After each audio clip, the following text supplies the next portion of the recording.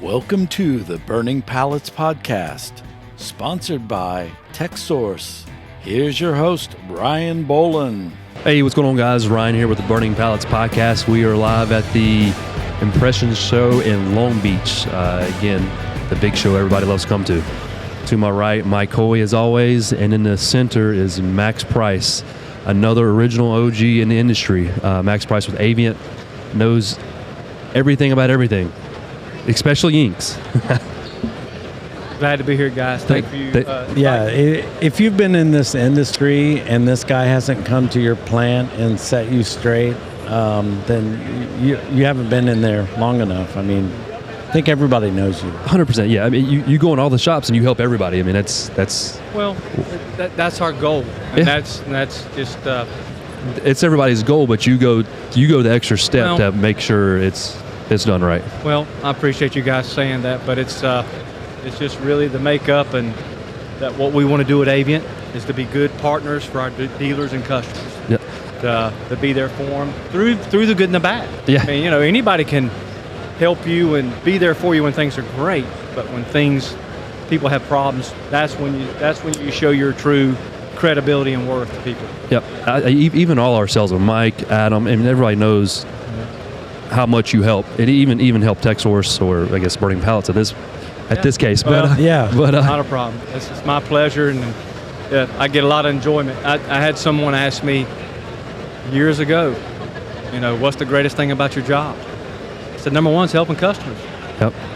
I mean, because without customers, what we, as dealer reps and dealers or manufacturer reps, we don't have jobs. Yep. Yeah, in my direct involvement with you, I'll use Badger as an example.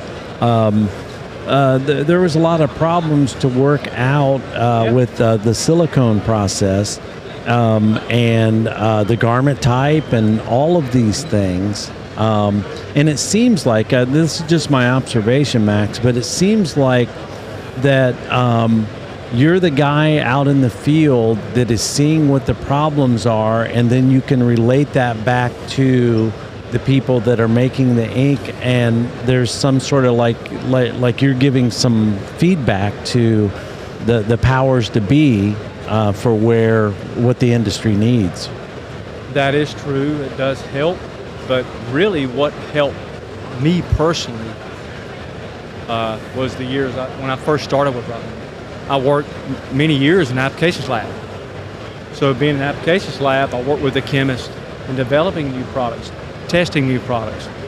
So it gave me that baseline to know how to test for certain situations, for certain problems. So when I went out into the field as a sales, I knew a lot of things that when I saw them in the field with customers having problems, or when we're developing new products, things to look for. And it really helped a lot. Like developing new products, I know Avient or Victory Colors versus the UPLC Sports Victory. That's the new. We have a new series of colors that were launched back in early October they're actually BSN approved. Yep. And they're called Sports Victory Colors, and they're known as UPLC. What that means, Union Plastisol Low Cure, UPLC. They're low bleed, high opacity, and they will actually cure at 250 degrees. So the Victory Colors versus the Chill Series. That's correct. I guess one's more of a BSN approved, and the other one's just a standard. Well, the difference is, it's not just the BSN approved part. The new Chill stock colors, they're also low cure. But the new Rutland Chill stock colors are not low bleed. So they're just cotton. Now you can use them on, poly blended garments, on polyester. You just have to have the right white ink or barrier as an underbase. As a base, yeah. Those colors look good. About the Chill Series colors, when we printed those and test printed it, those suckers look good. Yeah, they're really good. And I've tested some of the UPLC. That's the right acronym, right? Yep. It seems like the opacity is incredible. Like the gold is just incredible, but it's you can flash print it the same color, right? And get this amazing opacity and color. They actually have opacity like Max Opaque, but they're low bleed.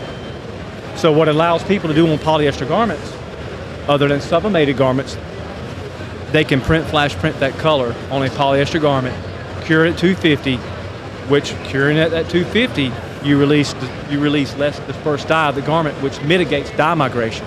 And that helps people when the BSN, when they're doing this teamwork and you're trying to print 2 color numbers, and then you don't want to underbase that stuff if you don't have to. Well, I mean, in customers that run number presses, they can't underbase. Yeah. They don't have that ability. Yeah, and that's always been like a problem that this seems to solve. And I know, like, some of our, like Dwayne told me, like, man, I printed some samples, right? And on some of that polyester you left behind when we did some testing. A lot of people don't know that. Max comes to us, we sell the ink, but he comes in and shows us ink, shows us how to use it. So not only does he do it for shops, but he does it for the vendors too. So we can see what's going on. And with that, I printed some samples, and like I said, Dwayne's running all over South Carolina showing everybody this great ink and saying, like, here, try this, and he's selling it. So I think we have all the colors in now. Yeah, I believe you have all the colors in inventory now. 15 like different 24. There's 24 colors. That includes black and white. Gotcha. So of the Victory colors. That's correct. Yep. There's 17 chill colors. The Rutland chill colors are 17 different stock colors. Yeah, and this Victory, you don't have to be in BSN to use this stuff. Don't. If you're printing polyester and you're worried about bleeding, then you can.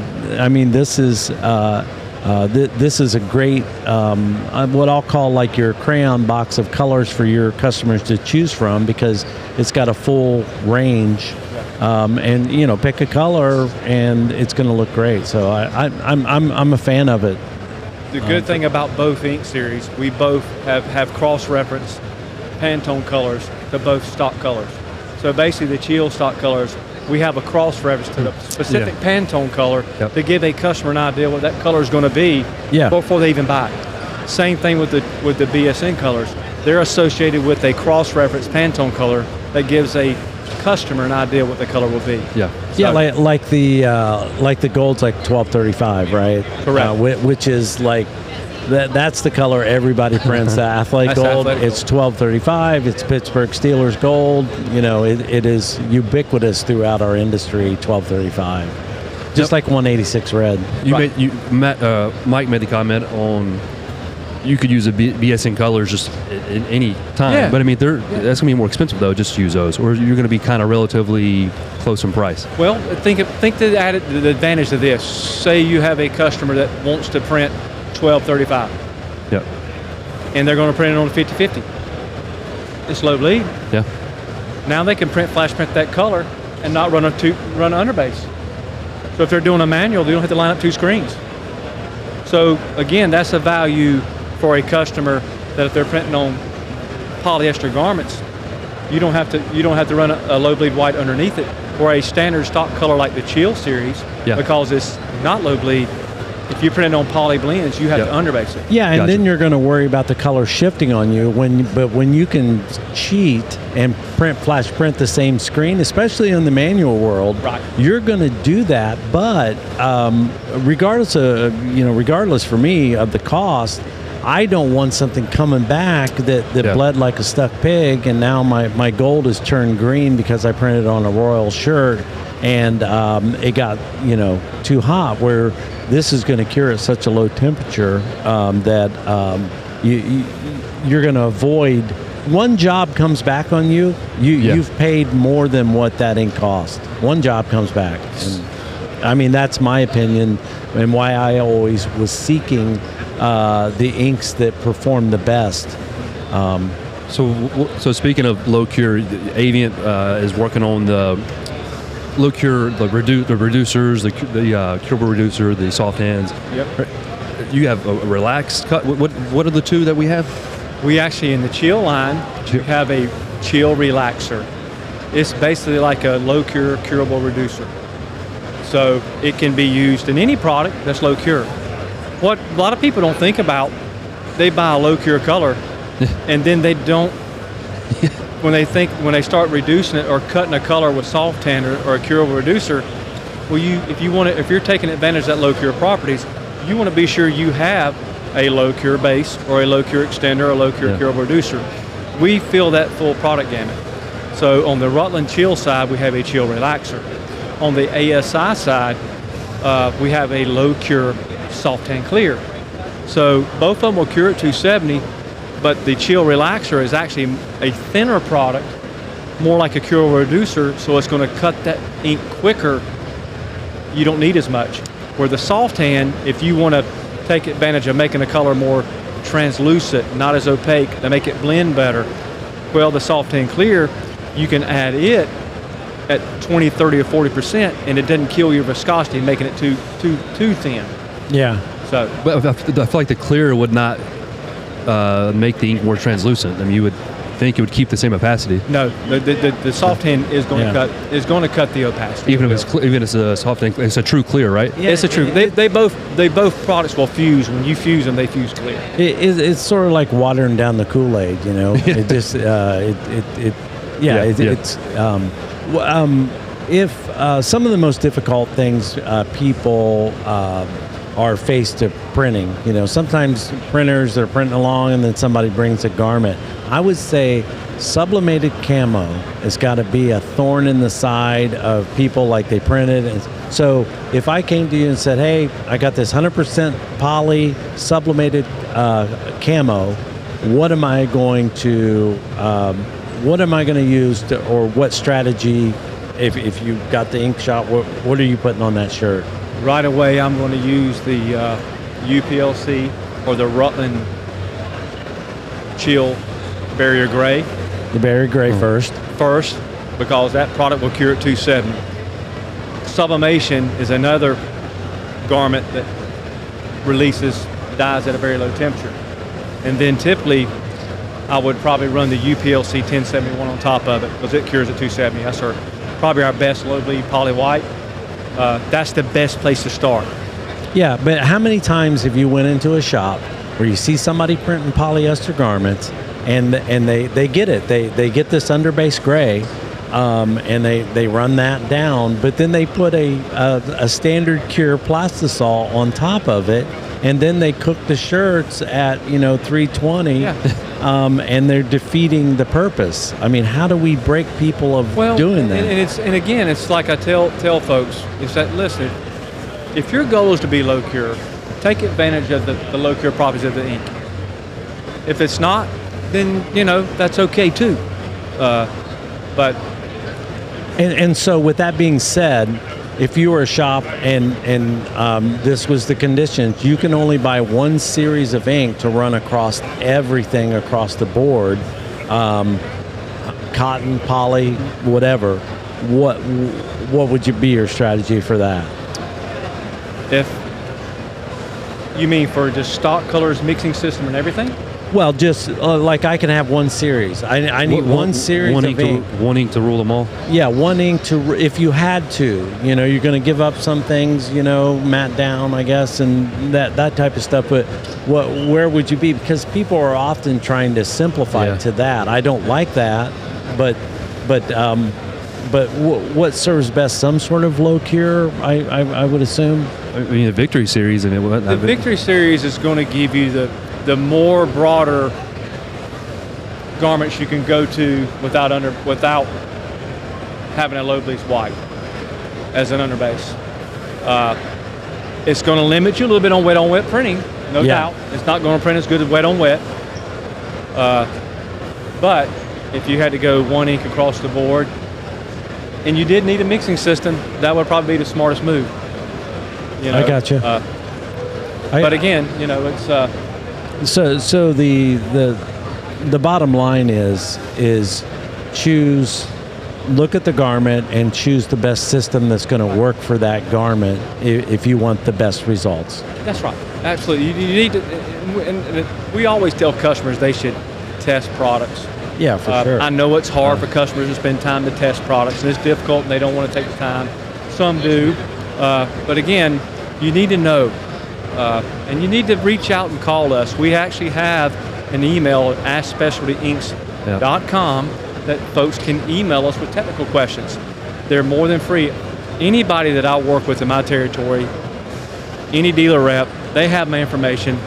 They call me, text me, email me. I'm happy to always take their questions, because we do not want our customers to fail. We want our customers to be using the right products for the right garments, the correct way. So now, Avient, you got a couple new guys and gals. We met one of them, and you said now there's two. Yeah, we have two new folks. Lorena was hired back in June. She's going to be working with me a lot with some of the dealers that I work with. Yep. As a, I guess you would call it I'm trying to think of the right word. She will be understudy. That'd be a good way of putting it. She's going to have a sales position, but we want to train her and help her and teach her how we do things in front of customers. She's bilingual too. She's actually, she's bilingual. She's great, great personality. The good thing about it, what I like about how we did it, when we hired her back in June, she has been through every part of our plant. Yeah. The color lab, the applications lab, quality control. So she's learned a lot about the different things we do within the business. So now she's starting to go out on the road with me some.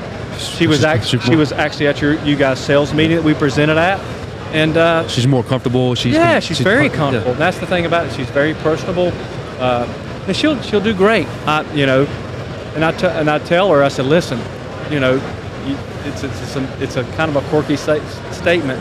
You cannot eat the elephant in one bite. Yeah. Take one bite at a time. You'll do fine. Yeah, that's how you eat an elephant. Like I said, I've been with the company 30 years, and I still learn stuff.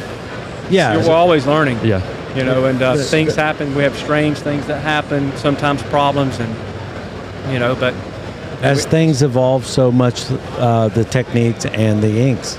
So the whole scenario: pick one, kill one, marry one. Yeah. You know that, Mike? Like is that a Southern thing? You never heard of it? Pick one, kill one, marry one. Like where you pick pick one thing, you'll kill one thing because you don't want it anymore, and then you'll marry this one. Well, it's a little bit more than that, but so my question to you is: you got to pick one and kill one off. It's going to be Wilflex, Rutland, Union, QCM, or Aquarius. I mean, I know it's water-based; they're all different ones, but you got to. Which one of those are you going to choose? Your Wilflex, your Rutland, Union. Which one of those are you going to kill off? What for us at Avient? Yeah, let's just. Well, we don't have any plans to kill any of them. I know, but if you had to choose one and get rid of one. Who, me? Yeah.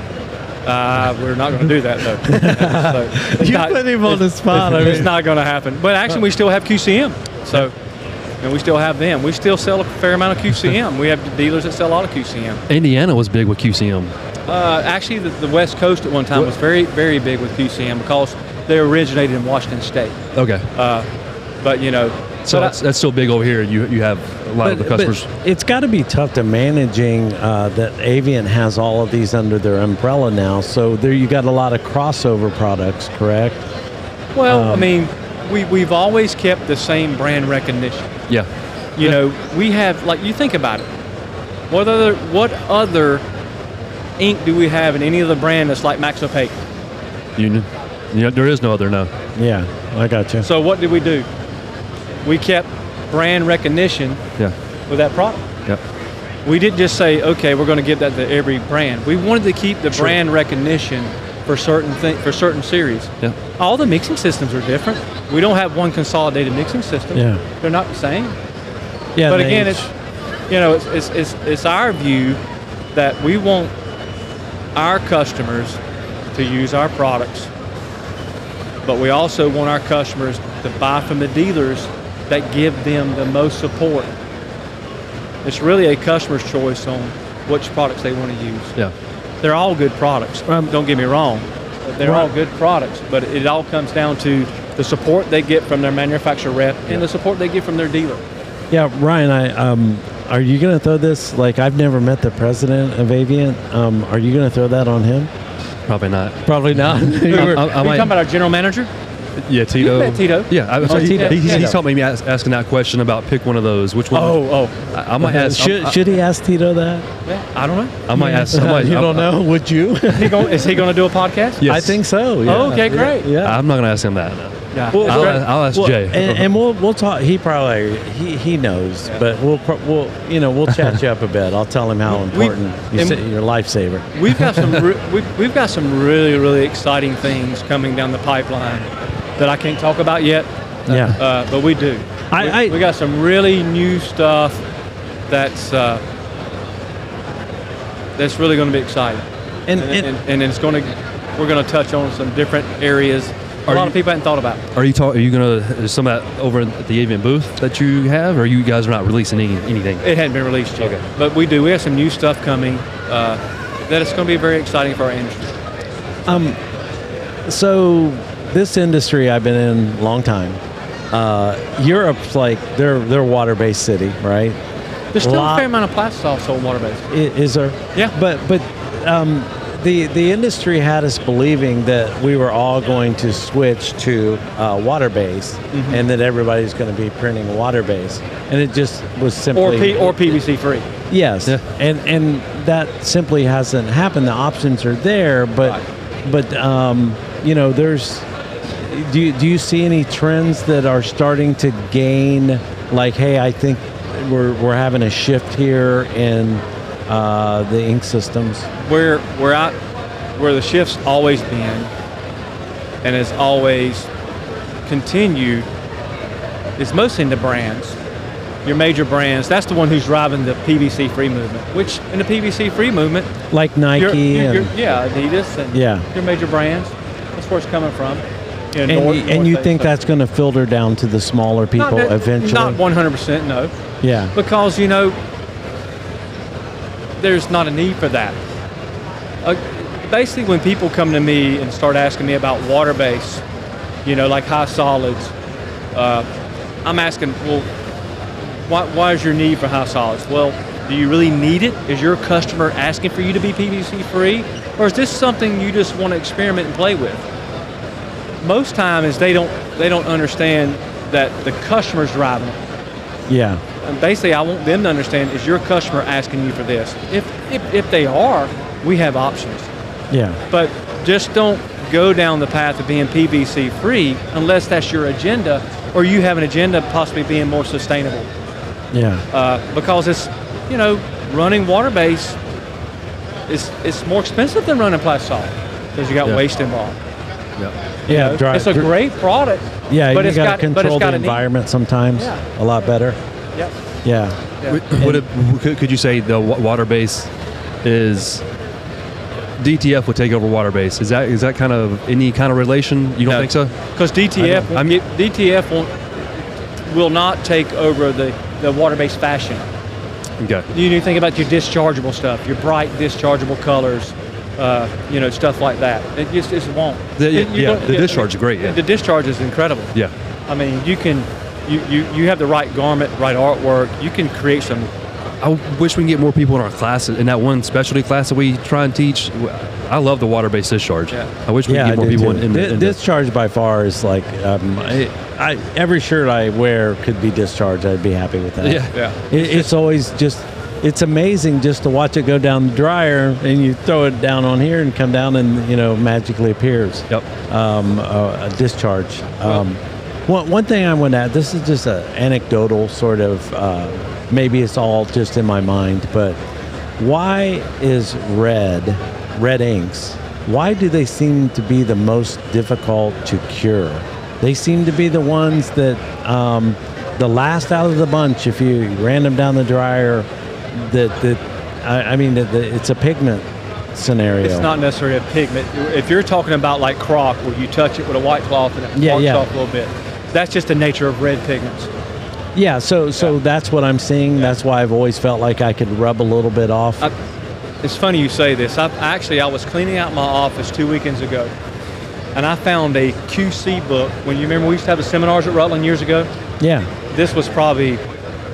I made this book in like 2004, and what I did is it was a plastisol. I made the books of different test procedures, And everybody would always say that crock is an indication of cure, if an ink's really cured. Well, I proved the theory that it really isn't. What I did is I actually took M3 Scarlet, printed it, cured it at 280, cured it at 320, and did a crock test. They were identical. A lot of people think that, now if you get really low cure, like 250 or 240, yes, I could understand that. We're talking about 280 to 300, and the standard cure for M3 is 320. The crock was identical. So it's just the nature of it. Well, it's the nature of it. You know, there's ways you can. That's why a lot of times to improve crock, you can do two things. A lot of people don't know this trick. Right. We have the ASI emboss additive. It's a matting agent. Put 2 to 3% in there, in your ink, makes more of a matte finish. What happens when you have a matte finish? You have a slicker surface. So when you do your crock test, you pick up less color. Yeah, I've always liked a matte finish printing. But using that. Yeah, so that's using that matte finish, you have a slicker finish. So when you do your crock test, you don't get as much crock. I got you. That's definitely interesting. And then another way is you can add 20-30% soft tan. You're reducing the pigment load. Yeah. And by reducing the pigment load, you're going to reduce the crock.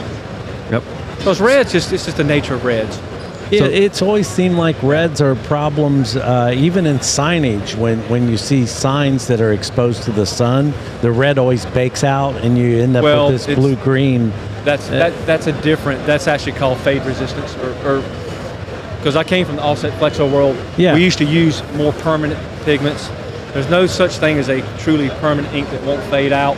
Yeah. But your yellows, reds, they're the worst. Yeah, red. And violet, if you don't have a carbazole violet, something that's a really strong, a good carbazole violet, it will fade faster. Yeah, and I didn't mean to drag you out in the weeds that's here. That's okay. But yeah, it's helpful. It's interesting. It's different. A different take on all of it. Yeah. So I mean, what you're saying, I'm just going to throw it out there for the guys listening to the podcast. Crocking with the red, if it crocks, I mean, you're still cured. It's just that nature of the red. It's the nature of the red. It just depends on how bad it's crocking. Yeah. Let's just say if it's like crocking terribly, then well, this is very common. The max opaque bright red. Yeah. How opaque is it? It's extremely opaque. It's pretty solid. Yeah. It's one of the ones that crocks the worst because it's formulated to have super high opacity. How do you get opacity? Real high pigmentation and using the right type of pigment to get that opacity. And the different pigments come from different sources, like all around the world, right? I mean, I've never understood, like, where are they getting all of these rainbow of colors? I mean, are some of them, I mean, is this like coming from the gizzards of baby seals, or how are we getting these colors here? I mean, that's got to be tough to source. Well, even if I knew, I couldn't tell you. Anyway. So that's why I've never read articles like, where did they get, these pigment sources. So, this sounds nefarious, Max. I'm kind of worried now. I'm gonna have to go on down a rabbit hole and find out where these pigments are coming from. There's certain things I can talk about, and there's certain things I cannot. So red, because they're trade secrets, right? Yeah. So you got the red crocs. You probably still cure. Any other color that crocs, you're not cured. Not necessarily, no. It's just, I mean, crocking's just, I don't think crocking's a 100% way to quantify if an ink's cured. Gotcha. Wash test is the Bible. Yeah. It's going to tell everything. And you did inspire us, and Ryan allowed me. I put in to get the donut probe. Yep. Yeah. And we're going to start using that with our customers that call us up and say, this ink's not curing. And then, the guys like Jacob and Robin are going to help people calibrate their dryer, because that seems to be an issue that I get hit with questions all the time, and we got to run back and grab that lot number, and I have to go print a test print. And I'm like, yeah, it's fine. Yep. When it ends up being just people's dryer. It's just, unfortunately, there's people out there that just don't know. Yep. They really don't know how to properly cure an ink. Yeah. And I see it. And it's so, and it's our job to educate them. And they're going to know. They'll know now because we have that probe. Yeah. And these are the videos. The probe's the best way for sure to know if you're properly curing. Yeah, and it makes you feel good that, like, I've got this dialed in, and then you can build a recipe list so you're real close from the get-go. That's right. But every garment's going to go down at a different temperature, potentially. What I do is, when I set up somebody's dryer and I want them to do it right, I want that shirt to stay in the chamber for a minimum 45 seconds. Ideally for me, I like a minute. Yeah, I tell everybody the same because you told me that. And it's the truth. I just had a great conversation with a young lady in our booth, 30 minutes long. And what was really good about it, she was having all these, she came in there and was a little frustrated. You could tell. She was having all these problems. But I will say this, I give her a ton of credit. She had an open mind, was very receptive, and she had her iPad, and she had a list of questions of all the things she had problems going on. By the time she left the booth, she stayed there 30 minutes, and she was much more at ease what was going on and understood. She's not even in my territory. And the first thing she said, she goes, "Can I have your number?" I said, "Absolutely." Because we don't want her to fail. We want to help her. We don't want customers to have these problems. But again, it's all, if somebody was taught to do something the wrong way, I've been guilty of it. Yep. I've been doing it the wrong way my whole life. I didn't know any better. I was taught that way. Yeah. It happens in life every day. If you don't get it taken care of in the beginning, they're going to call you back. I mean, you're just going to have to, you got to get it fixed the first time. When somebody has a problem, you want to help them and do it immediately or as quick as possible, because it's easy to help people when things are good. Yep. Yeah. When things go sideways and things go wrong, you need to be there for them. Yeah, that's when everybody has their coming to Jesus moment, when the thing gets bad and they have problems. Well, and when a customer has a problem, and when you step up and you're right beside them, helping them through the problem, that's where you establish your worth and your credibility. And the trust. Yeah. And the trust. Yeah. Because if you don't have those things, they're not going to continue to buy from you. Yeah. And that's that's how I live too, man. Is I try to give people, the honest truth, even if I don't like giving it to them or they don't want to hear it. It's just best to, the truth is always the truth. That's period. Right.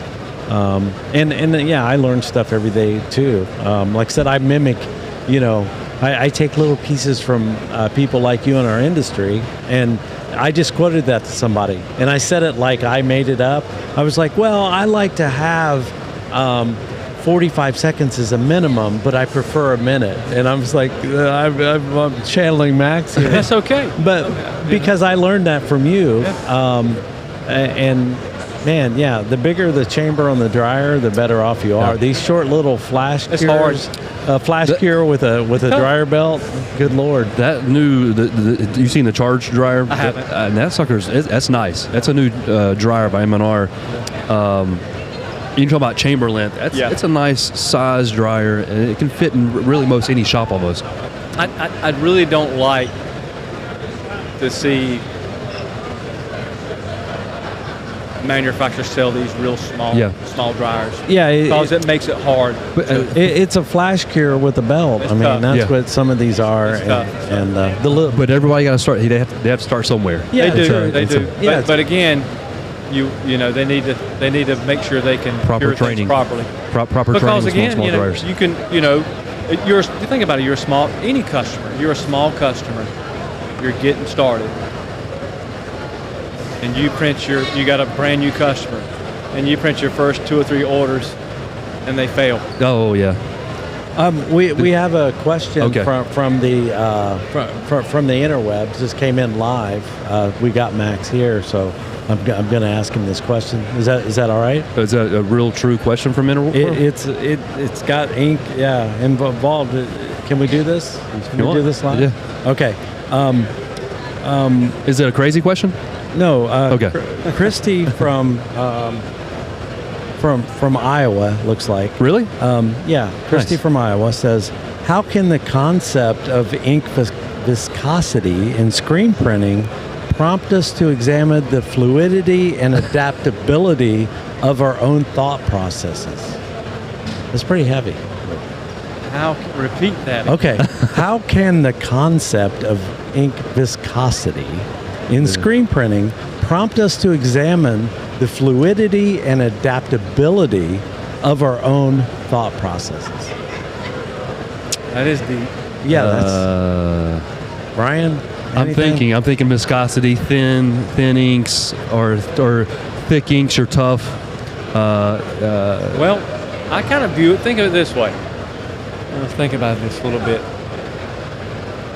Viscosity. Well, you talk about, I don't know that one. I kind of view it as where she's maybe going is when it's not just about a viscosity. You think about the question a little bit as I think about it. It's almost like having an open mind. Okay. Think about it. You got to have an open mind in what we're doing. I have seen things that I wouldn't think would work, and they do work. And sometimes I try things that I think would work and they don't work. Yeah, that goes beyond ration. Yeah. So you have to think out of the box a little bit. That's why you try. That's why you test. That's why you play around. Yeah. So I'm going to take it thin ink, fluid, and you talk more. That question makes no sense. Anyways. Yeah, it makes no sense whatsoever.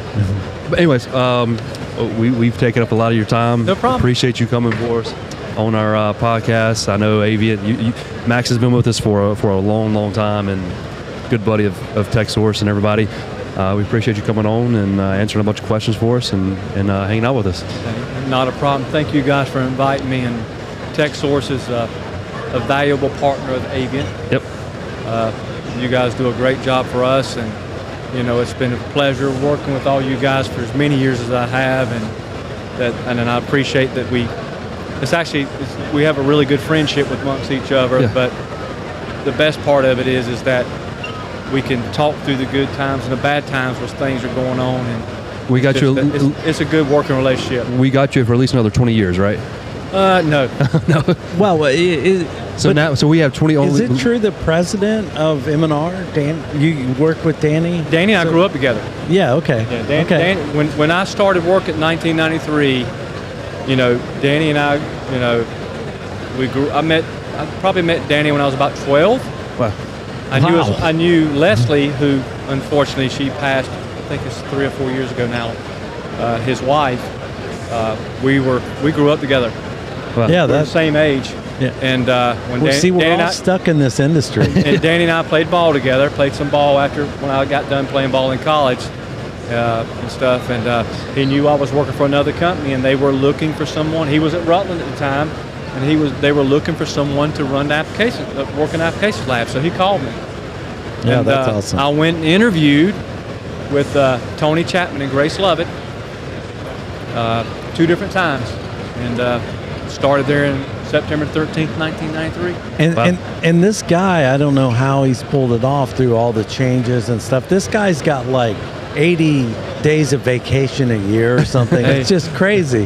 and so then over you won't see him in November, December. Yeah. He's like use it or lose it, right? Yeah, but guess what? Yeah. How many times I still answer phone calls, You and do. text, and You do. emails? He's on vacation. He's out in a deer stand, and I'm like, hey, what was that? How much % can I add in my discharge underbase? So yeah, he's there for you. But That's right. we appreciate you, man. Thank you guys so much. Thank you for having me. Thanks. you. See you.